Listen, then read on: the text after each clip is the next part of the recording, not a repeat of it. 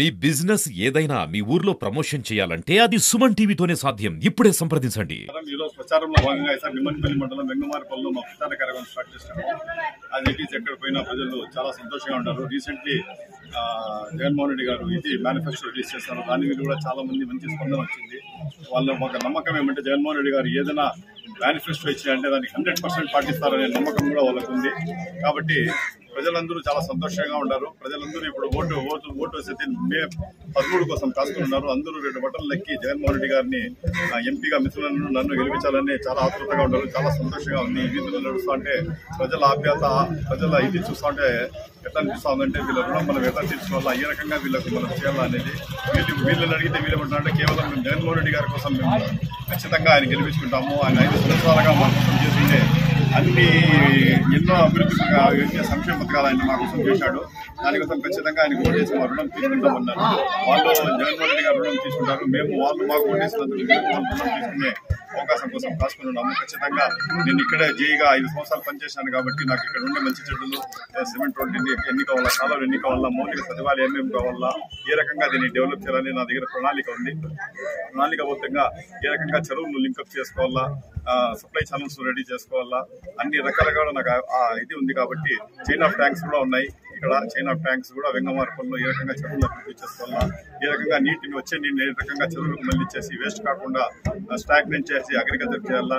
ఇక్కడ water table కూడా కొంచెం తగ్గిన దానివల్ల నీటి సమస్య కొన్ని చోట్ల ఇప్పుడు స్టార్ట్ అవుతుంది. ఖచ్చితంగా రాబోయే దినాలు కూడా వర్షాలు పడతాయి, మనకు నీటి సమస్య తీరుతుంది.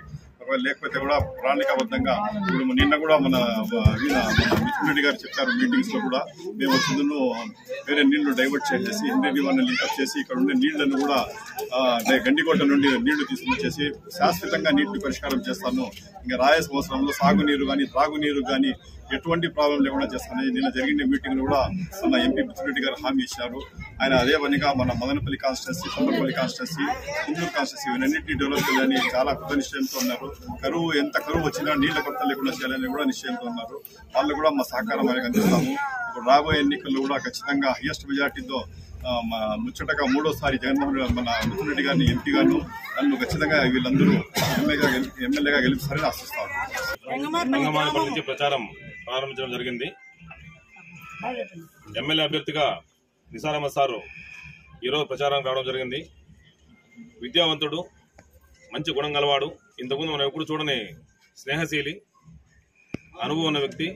పంచాయతీరాజ్లో ఇంజనీర్గా పనిచేసి ఈ పల్లెల్లో గ్రామాల్లో రోడ్లు ఎక్కడ కావాలా, నీళ్లు ఎక్కడ కావాలా, ఈ నీటి వనరులు ఎలా ఇవ్వాలా అన్నీ తెలిసిన వ్యక్తి. కాబట్టి అలాంటి వ్యక్తి మనకు ఎమ్మెల్యేగా వస్తే నీటి సమస్యలు కానీ రహదారుల సమస్యలు కానీ అన్నీ తీరుతాయి. అందులోనూ మా జగన్మోహన్ రెడ్డి ఇచ్చే పథకాల వల్ల బీద బలహీన వర్గాలు బాగున్నారు. ఇలాంటి పథకాలు ప్రజల వద్దకే అందాలి, పేద ప్రజలు తృప్తిగా ఉండాలి, వాళ్ళు గౌరవంగా బతకాలంటే జగన్మోహన్ రెడ్డి మళ్ళీ రావాలి. ఫ్యాన్ గుర్తుకే ఓటేసి 2 ఓట్లు మనకుంటాయి. ఎంపీగా మిథున్ రెడ్డి గారిని, ఎమ్మెల్యేగా నిసార్ అహ్మద్ గారిని గెలిపించాల్సిందిగా కోరుకుంటూ జై జగన్, జై వైఎస్ఆర్. మన సారు నిసార్ అహ్మద్ అన్న సార్కి ఈరోజు టికెట్ ఇచ్చారంటే ఎంతెంతో సంతోషంగా ఉంది.